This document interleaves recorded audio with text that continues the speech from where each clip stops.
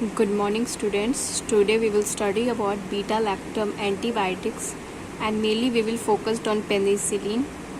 And first, before starting the chapter, I would like to clear that antibiotics are the substances that are being obtained from the microorganism and used against microorganism. So, mainly beta-lactam antibiotics include penicillin, cephalosporin, carbapamines and monobactam. So why we are calling it beta-lactam? Because these antibiotics contain beta-lactam ring in its chemical structure. Hence it is name given beta-lactam antibiotics. So as I said that we will focus on penicillin. In your plus 2s and small classes you have studied that penicillin is being obtained from the Penicillium chrysophagnum, and it's the source. And who was the discoverer? Alexander Fleming, and he accidentally discovered it. If we talk about the mechanism of action, so mainly the beta-lactam antibiotics produce bactericidal effect. How it is producing the bactericidal effect? It inhibits the bacteria cell wall synthesis in the susceptible organisms. So again, what it does, it just inhibit the cell wall synthesis. Okay, so how, if we are using it this against microorganism, bacteria are trying to become resistant to it. So how they are being resistant to it? Okay, so mainly bacteria develop resistance to beta-lactam mainly through the release of beta-lactamase. Again, beta-lactamase. The bacteria will release beta-lactamase. What it does, beta-lactamase, it hydrolyzes the beta ring. As I said that antibiotics contain beta-lactam ring in their chemical structure. So it just hydrolyzes it. And thus the drug become inactivated. Okay, if we talk about the pharmacokinetics, mainly we are not giving this antibiotics penicillin in the oral dose. Why? Because it is being destroyed by gastric acid, hence it is acid labial. Hence penicillin G, it is being used as IV route, but you can administer IM also, but it's quite painful. Again, penicillin G administered IM, it's painful. Penicillin G is widely distributed in our body tissue, but it does not cross the blood-brain barrier. But in the cases of meningitis, adequate amount of penicillin G reaches the CSF. It is rapidly excreted in the urine. So mainly this penicillin G, we are excreting it through the urine, mainly by active tubular secretion. So how we are excreting penicillin G? By active tubular secretion. If you want to, you want the action of penicillin can be prolonged by probenecid simultaneously. So you, in order to increase the action of penicillin lifelong not prolong, okay, you can administer probenecid simultaneously.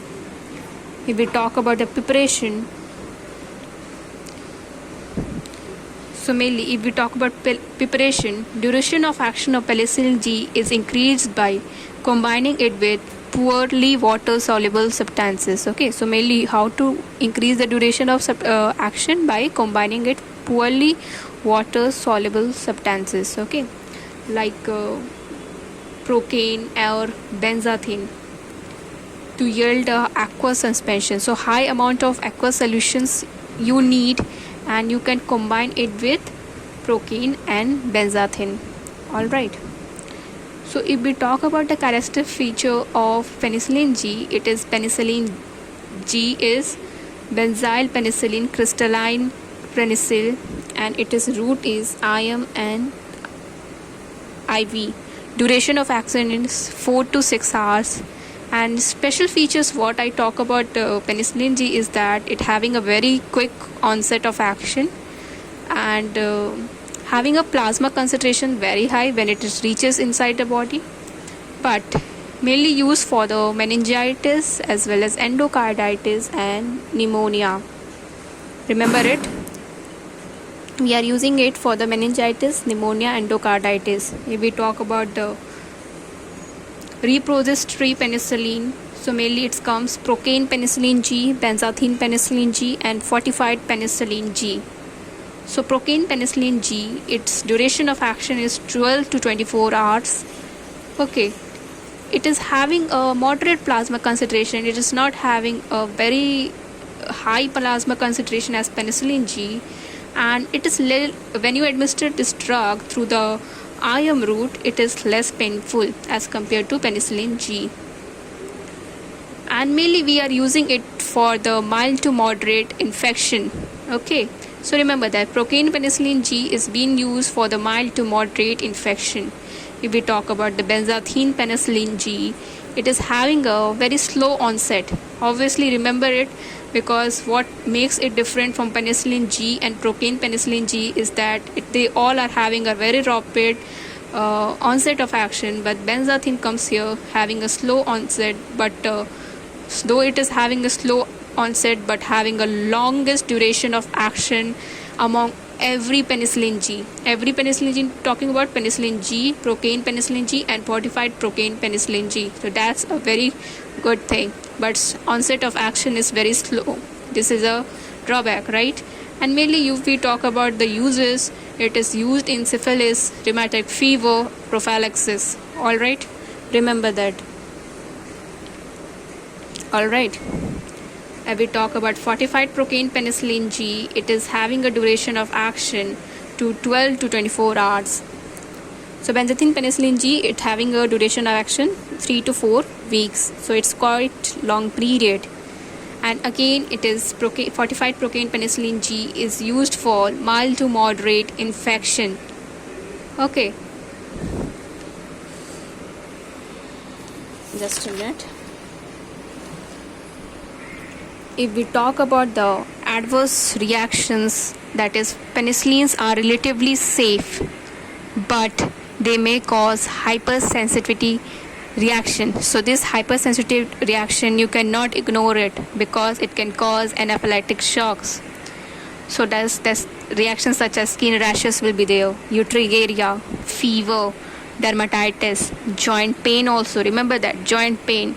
And even anaphylactic reactions, as I talk about, that is shock which can lead to death, and anaphylactic shocks result in hypotension, bronchospasm, as well as laryngeal edema. So it's very, very quite hypersensitive reactions which can be deadly also. Okay, so in order to prevent anaphylactic shock, if there is, you have to take certain kind of precaution.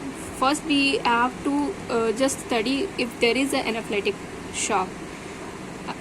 Before that I have to discuss precaution, but first we should discuss about anaphylactic shock management. क्या करेंगे हम?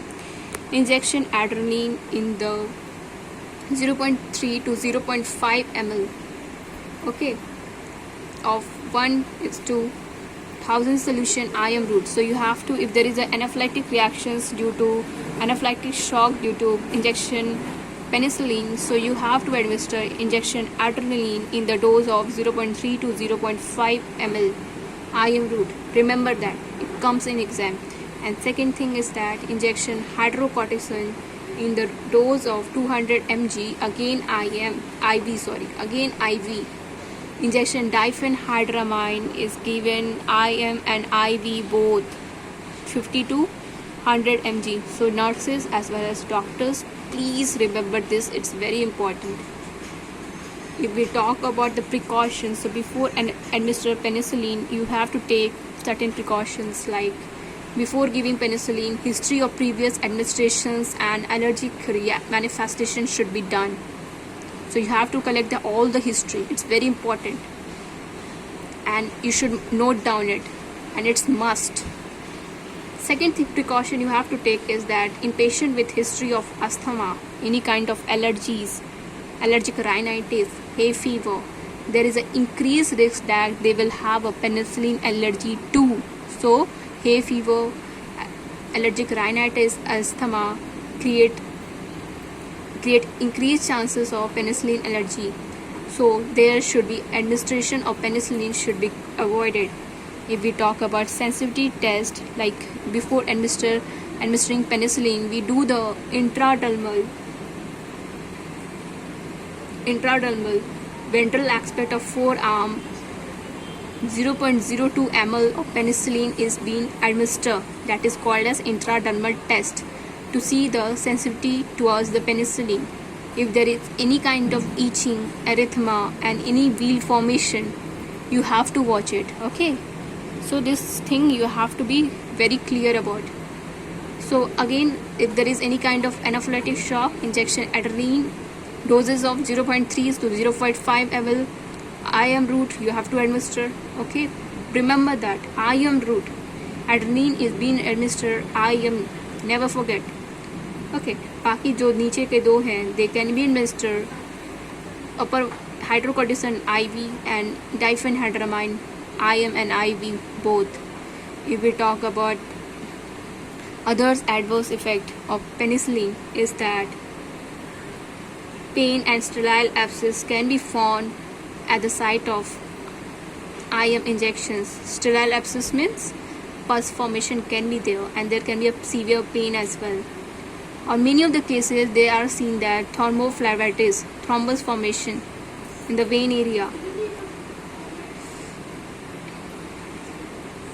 Okay, so person, if we talk about the penicillin, its therapeutic uses, it is being used for the pneumococcal, streptococcal, meningococcal, gonococcal infections. Another और भी है, जैसे कि बात करूँ syphilis, diphtheria, Clostridium infections and other infections like anthrax, it is being used.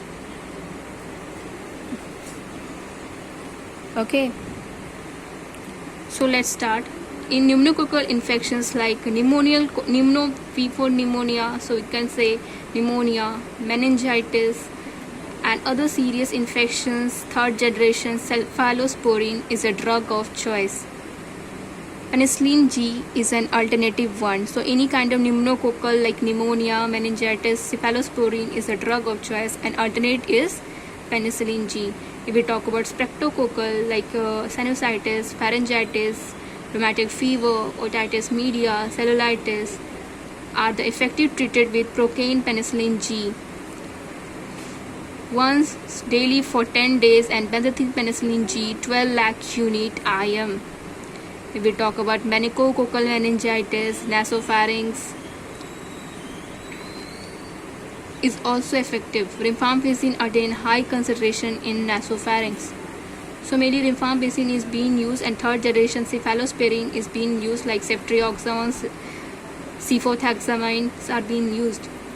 Gonococcal infections may generally we are using ceftriaxone, cefiximine is a drug of choice for gonococcal infection. Syphilis is for the syphilis, penicillin G is a drug of choice. And in the diphtheria that has been used, patients allergic to penicillin are treated with the erythromycin. So in the diphtheria case, the person who is allergic to the penicillin G, erythromycin is a drug of choice. So mainly if we talk about Clostridium infection like tetanus as well as gangrene, the main treatment is neutralization of toxic by using human tetanus immunoglobulin. So we use tetanus vaccination. And other gas gangrenes, penicillin G is a drug of choice. Alright. If we talk about the limitation and what are the drawbacks of the penicillin G, like you cannot administer oral route because it is acid level that will destroy by the gastric acid and the short duration of actions. Okay, so mainly it is having a short duration of actions. So mainly we are using repository penicillins as I talk about. Narrow spectrum of antibacterial activity you cannot use for the large number of organisms. Mainly it is being destroyed by penicillins enzymes, and there is a very chances of anaphylactic shocks. If we talk about the penicillin, it is being classified into natural penicillin like penicillin G, procaine penicillin G, and benzathine penicillin G that can be given IM, IV route. Mainly antimicrobial spectrum uses for the coronary bacteria, diphtheria, anthrax, clostridium, we are using it. If we talk about semi-synthetic, phenoxymethyl penicillin is being used, and it is given orally for the streptococcal, pneumococcal infection. If we talk about methicillin and cloxacin, it is being used for staphylococcus aureus as epidermidis. Ampicillin, amoxicillin, it is used for E. coli, protease, salmonella. Carbacillin, carbonicillin, IM and IV route, Pseudomonas aeruginosa, and protease. So this is the thing, that's a classification.